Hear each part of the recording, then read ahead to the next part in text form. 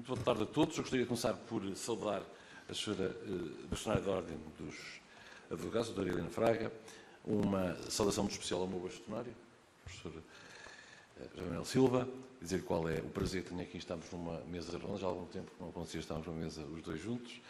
Saudar também o Sr. Professor Jorge Cimo de Monteiro, pela sua moderação desta mesa, e também o Sr. Professor Álvaro Rodrigues, com a sua intervenção. Eu fico sempre contente quando venho a estas reuniões e aprendo qualquer coisa. E como gosto imenso de aprender coisas, eu acho que isto é, para mim, muito interessante. Uma saudação especial ao professor André Pereira, velho amigo de discussões desta natureza, já envolvidos no primeiro congresso sobre estes assuntos. O que foi pedido foi que eu comentasse as comunicações. Acontece que eu não recebi as comunicações. E é habitual, como sabem, nestes contextos, a gente receber as comunicações. Deixem-me começar por apresentar, dizer o que é que eu faço na vida, quem eu sou, o que é que eu faço na vida. Sou médico, sou professor da Faculdade de Medicina de Lisboa, sou especialista em Medicina Interna, em Nefrologia e em Farmacologia Clínica, fiz a minha pós-graduação toda nos Estados Unidos e dirijo um centro dentro da Faculdade de Medicina da Universidade de Lisboa, chamado Centro de Estudos de Medicina Baseada na Evidência. O que nós fazemos é, pura e simplesmente, localizar, selecionar, avaliar e sintetizar a evidência científica que sirva de base à decisão clínica, à decisão de gestão e administração e à decisão política. E até informar os nossos concidadãos, aumentando a sua literacia em saúde. Sempre através da metodologia científica. Eu costumo dizer que nós não temos opiniões, temos opiniões, mas nós mostramos o que a ciência mostra. E depois cada um fará daquilo o que entender com isso. Não tenho também nenhum conflitos de interesse para reportar nesta intervenção. E havia muitas coisas a dizer, como é óbvio, a sessão é absolutamente fascinante. Eu tenho-me dedicado há muitos anos a esta parte a pensar naquilo que se chama o raciocínio clínico. Os médicos são médicos porque têm um raciocínio clínico. O raciocínio clínico é, acima de tudo, uma questão, como disse o professor José Manuel Silva, de diagnóstico. 90% dos problemas que nos assaltam são os problemas de diagnóstico. Isto é, nós não fazemos um diagnóstico correto, portanto, o doente não é tratado corretamente, portanto, há um problema. Ou ao contrário, fazemos um diagnóstico que não está lá, tratamos o doente e depois podemos ter algum problema por causa disso. E aquilo que eu gostaria de fazer convosco, e estamos na presença da maior parte, são juristas, a minha ambição não seria mostrar-vos como é que os médicos pensam.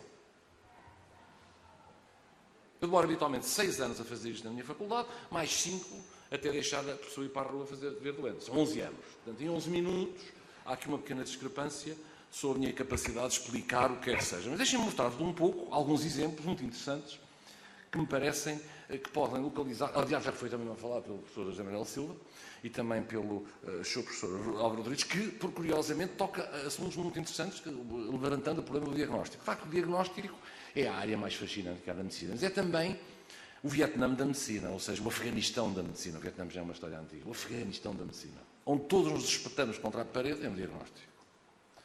Doentes com sintomas frequentes não têm a doença que nós pensamos que eles têm. E doentes sem sintomas têm doenças terríveis que nós não pensávamos que eles pudessem ter. Apesar do raciocínio diagnóstico ser muito importante, ele pena de graves problemas. E todos nós pensamos, quando olhamos para a resolução de problemas, que é isso que estamos aqui a falar, quando falamos em diagnóstico, é a resolução de problemas, eu capto um conjunto de informação na história e um conjunto de informação no exame objetivo.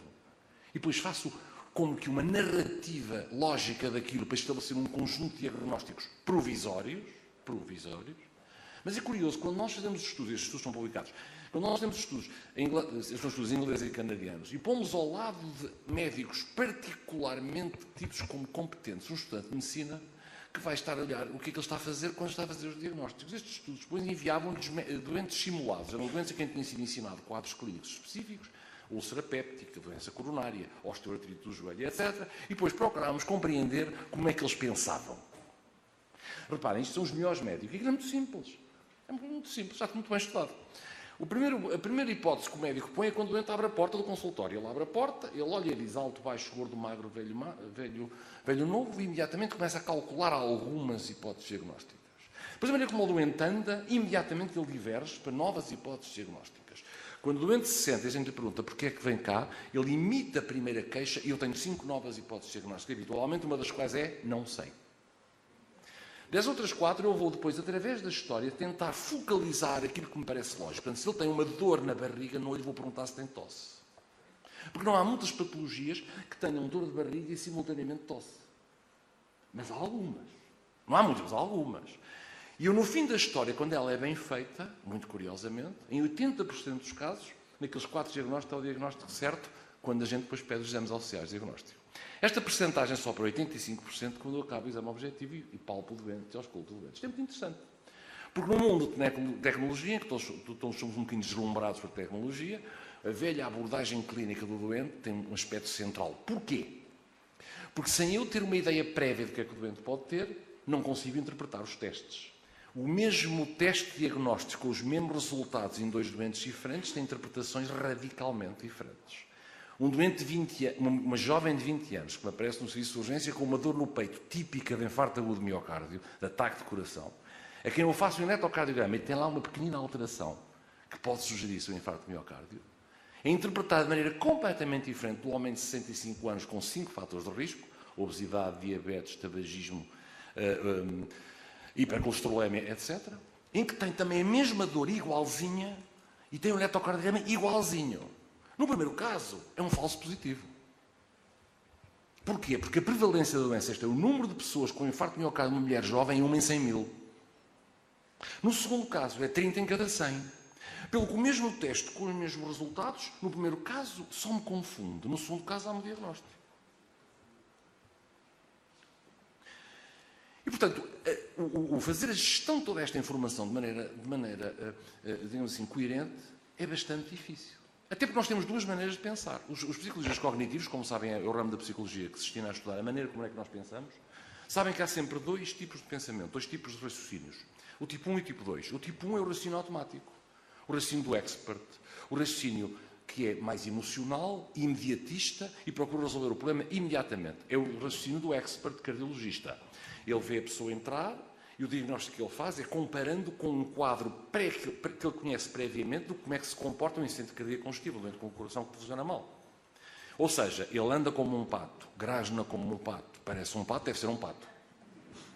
O problema põe-se quando ele descobre nesse doente qualquer coisa que não faz parte do pato.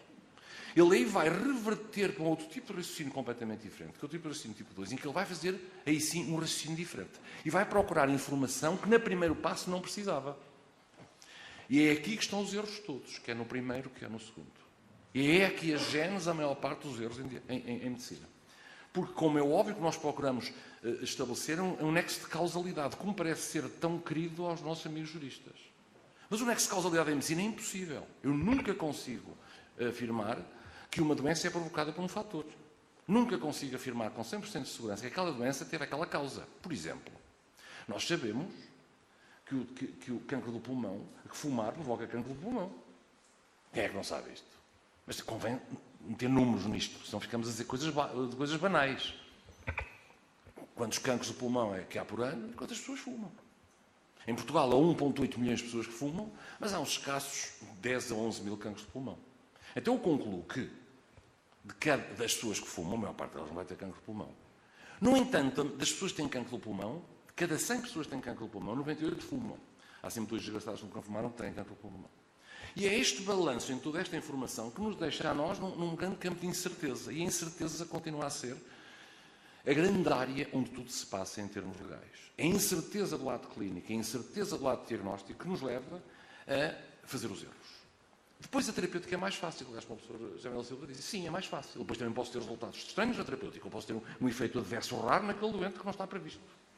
Porque eu, quando tenho um medicamento, eu faço um ensaio clínico. O que é um ensaio clínico? Eu pego num grupo de doentes com aquela terapêutica, com hipertensão arterial, divido-os em 2 grupos, a um dou um novo medicamento, ao outro dou um medicamento antigo ou um placebo, sigo estes durante X tempo e verifico o quê? Que, em média, a tensão baixou naquele grupo do novo medicamento e no outro baixou um pouco menos. Pronto. O que é que eu comunico às pessoas, à comunidade? Em média, a sistólica, a tensão arterial alta desceu 15 milímetros e a baixa desceu 8. No entanto, naquela amostra, há pessoas em que ela baixou 50 na sistólica e 40 na mínima. Ou seja, se eu der aquele comprimido, ele cai para o lado. Mas não está, ele está em média, não me dizem essa informação. Também não dizem outra informação em que os doentes ficam completamente imunes à terapêutica. A tensão nem mexe. E há até alguns, interessantemente, em que a tensão sobe. O que é que nos interessa no direito? São estes casos raros. Nós estamos sempre a falar nas médias. E depois aparecem os casos raros. São aqueles que saem fora do radar, aqueles que não têm nada a ver com aquilo que a gente está à espera. E se este é o fascínio da medicina, também é a nossa maldição. Porque procuramos consistentemente descobrir sistematicamente onde é que este sintoma frequente de uma doença que o doente não pode ter, ou o sintoma raro de uma doença frequente. E é aí que, provavelmente, a nossa capacidade de estabelecer causalidade está mais fraca. Só tenho uma hipótese de melhorar a causalidade, no entanto, de melhorar a relação e de estabelecer a causalidade, é com dados científicos, não há outra. É estudando massivamente as doenças que eu consigo fazer critérios de causalidade. E depois, se acreditamos na ciência como um método de decisão, até do ponto de vista jurídico, que nos possa ajudar, temos de estar preparados para ter surpresas muito desagradáveis. Eu penso que toda a gente aqui acha que um check-up anual, que é uma coisa relativamente boa. Afinal, para todas as doenças, se eu conseguir detectar a doença num estadio inicial, eu altero o prognóstico do doente claramente. Isto é verdade em toda a maior parte das doenças, é especialmente verdade no cancro. Quanto mais localizado o cancro estiver, mais sucesso eu tenho para tratar esse doente. Quando ele já se espalhou, como a gente diz, metastização em todo o corpo, é praticamente impossível salvar os doentes, ou é muito mais difícil salvar os doentes. Pelo que um check-up procura detectar fatores, detectar doença num estádio precoce. Pronto. E então, recomenda-se, muitas organizações recomendam, incluindo a Organização Mundial de Saúde, um check-up anual. Bom, convém estudar os check-ups, não? E foi isso exatamente que fizeram há pouco tempo um conjunto de investigadores da Cochrane, que é uma organização internacional particularmente prestigiada, qual deu origem à sua secção portuguesa, em que nós olhamos para os estudos clínicos melhores e fazemos síntese daquilo, procuramos combinar. O que eles também fizeram foi olhar para 98 ensaios clínicos, combinaram uma população com check-ups e uma população que não fazia check-ups. E olharam para a mortalidade global, a mortalidade cardiovascular e a mortalidade oncológica. Parece bem. Cancro, coração, são as duas principais causas, e a global. Estamos a falar de, em conjunto, 370 mil doentes, que foram comparados, portanto, com aqueles que faziam check-up anual na procura de diminuição da mortalidade e aqueles que não faziam. E o que se conclui é que os doentes que fazem os check-ups morrem mais e têm mais complicações do que aqueles que não o fazem. Portanto, convém ter essa ideia, porque se vamos acreditar na ciência, temos que olhar para isto com olhos de ver. O outro caso é as multivitaminas, que aparentemente não têm nenhum problema. A gente acha que as multivitaminas são fantásticas, e bem entendido. Ou uma segunda revisão sistemática por um grupo diferente da mesma organização, em que eles foram olhar para os idosos. Pessoas com 60 anos ou mais, e foram tentar perceber, de todas as multivitaminas no mercado, se haveria alguma diferença na mortalidade, uma vez mais, não só, mas especialmente a mortalidade cardiovascular e oncológica. Tanto aquela multivitamina que damos aos velhotes, não é? Porque é que não há de fazer uma vitaminazinha? Já adivinharam que os resultados são totalmente deprimentes. Para todas as vitaminas, nomeadamente as B, as C, o selénio e alguns de substâncias raras, os velhotes morrem mais quando fazem multivitaminas. Chato. Isto significa que nós temos crenças na medicina que nos levam a acreditar em coisas maravilhosas. Por exemplo, se há uma área do conhecimento onde as crenças e os mitos são verdadeiros, é da medicina. Laranja de manhã, ouro, à tarde, prata, à noite, mata. Filha, não apanhas fecha a janela, podes apanhar uma constipação. Os índios inuit vivem em média, os esquimós inuit vivem em média num ambiente de 30 graus abaixo de zero, nunca se constipam, porque não há vírus, não é a corrente de ar, é os vírus, não é? Não comas antes de ir para a água. Eu fui massacrado quando tinha 15 anos porque nunca podia ir para a água e ter uma congestão. Não existe nenhuma evidência científica que alguém se afogue por causa que comeu um Santos de queijo ou mesmo uma feijoada, não é? Não estão a ver. Portanto, o problema de tudo isto se complica quando os nossos estudantes têm um grau de literacia com isto. Vou terminar dramático. E hoje uma das grandes guerras que nós temos é aumentar a literacia dos doentes. Aumentar a informação que seja relevante para eles conseguirem compreender dentro de certos limites, é certo, mas compreender as opções que lhes são oferecidas, compreender as suas doenças, compreender os seus padecimentos e quais são as opções que lhes são dadas. Isto é muito interessante. Tudo o resto sendo igual, há pelo menos 2 estudos publicados nos Estados Unidos que demonstram que em doentes idosos acima de 80 anos, os doentes que têm menos cultura sobre as suas doenças, efetivamente não só têm mais complicações da terapêutica e são mais internados, mas morrem mais. Tudo o resto sendo igual, quando eles são mais ignorantes sobre as suas doenças, morrem mais.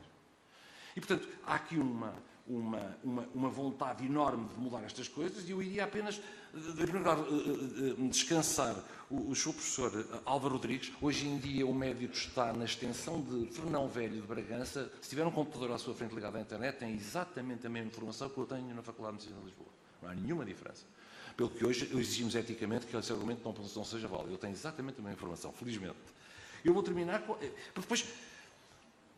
Tudo aquilo que nós fazemos está inserido num determinado contexto social e cultural, em que, repito, as pessoas adoram acreditar em coisas maravilhosas, em coisas mágicas. E a medicina sofre também do seu sucesso. Hoje a morte já não é uma opção. Um dos meus doentes tem 98 anos, 5 doenças, já cá não deviam estar há 20, mas a família pende. Oh, professor, eu queria que a gente fizesse tudo, quero que ele chegue aos 100 anos. Eu também. Mas é razoável. O senhor está sentado com uma demência terminal. É razoável. E, portanto, haveria que talvez contextualizar tudo isto quando nos encontramos perante o facto puro e duro da hipótese do chamado erro, que eu chamo clínico, eu não chamo nem erro de tratamento, nem erro, eu chamo de erro clínico, que é tentar compreender, efetivamente, quem é que sai de dois desvios padrões da prática médica. Reconhecendo, no entanto, que estamos num mundo muito complexo, em que a produção de informação científica é absolutamente extraordinária. Desde que estamos aqui, e eu vou partir do princípio que estamos aqui há 2 horas e meia, já foram publicados mais 800 artigos nas revistas biomédicas mundiais. Importa-nos dizer o que é que eu tenho que ler logo à noite quando chegar a casa? E termino apenas dizendo que estas soluções passariam, estas questões passariam provavelmente por uma muito maior aproximação entre nós e os juristas para tentarmos perceber onde é que estão os limites daquilo que nós somos capazes de fazer aos nossos doentes. O tal raciocínio clínico, e volto de novo ao início. Não é possível achar que isto é simples quando nós lidamos com informações de qualidade diversa. Se meterem a palavra health no Google, eu fiz isso há 2 meses, saem-lhes 1.300.000.000 de websites. 99,99999% disto é lixo comercial, mentiroso e aldrabão. Há sites que dizem para tratar o cancro da mama se beber um copo de água todos os dias. É as medidas alternativas. É isso que elas dizem. E, portanto, nós estamos contra um monstro, não é de conhecimento, mas sim de conhecimento errado, que nos leva, por exemplo, a aceitar sem problemas que às 8 da noite haja um anúncio de depuralina, que fura vários pudins plãs e que depois vai até ao fim e nos faz perder peso. Acontece que a depuralina todas as semanas são comunicadas ao Infarmed efeitos adversos que não são despicientes. E, portanto, estamos perante uma sociedade tão complexa que urge para todos nós, que somos responsáveis, no fim de toda esta abordagem técnica das culpas e da prática, e no fundo, uma análise da prática clínica, reconhecer a complexidade daquilo que estamos a fazer. Entre hoje e amanhã vão sair mais 6.000 novos artigos. Eu tenho que saber o que é que vou ter que estudar para que depois, na segunda-feira, o movimento, que às vezes sabe mais que eu, porque foi à internet, entretanto, tirou aquilo da última vez, e mostra ao doutor, está aqui esta coisa que o senhor não... Está aí, ainda por cima, sabe, vão a Harvard, olha, está aqui em Harvard, conhece isto? Bom, e aquilo que eu faço é, se conheço, explico. Se não conheço, ponho um ar inteligente e digo, hoje estou um bocadinho ocupado e importa dizer que amanhã vou ler para poder responder. Portanto, a nossa vida não é fácil. Queria apenas, uma vez mais, agradecer-vos a oportunidade de ter convosco esta conversa, para tentar um bocadinho concentrar a nossa intervenção naquilo que é, como é que os médicos pensam e onde é que está a área de erro versus a área da incerteza brutal que continuamos a ter na nossa prática clínica. Muito obrigado pela vossa atenção.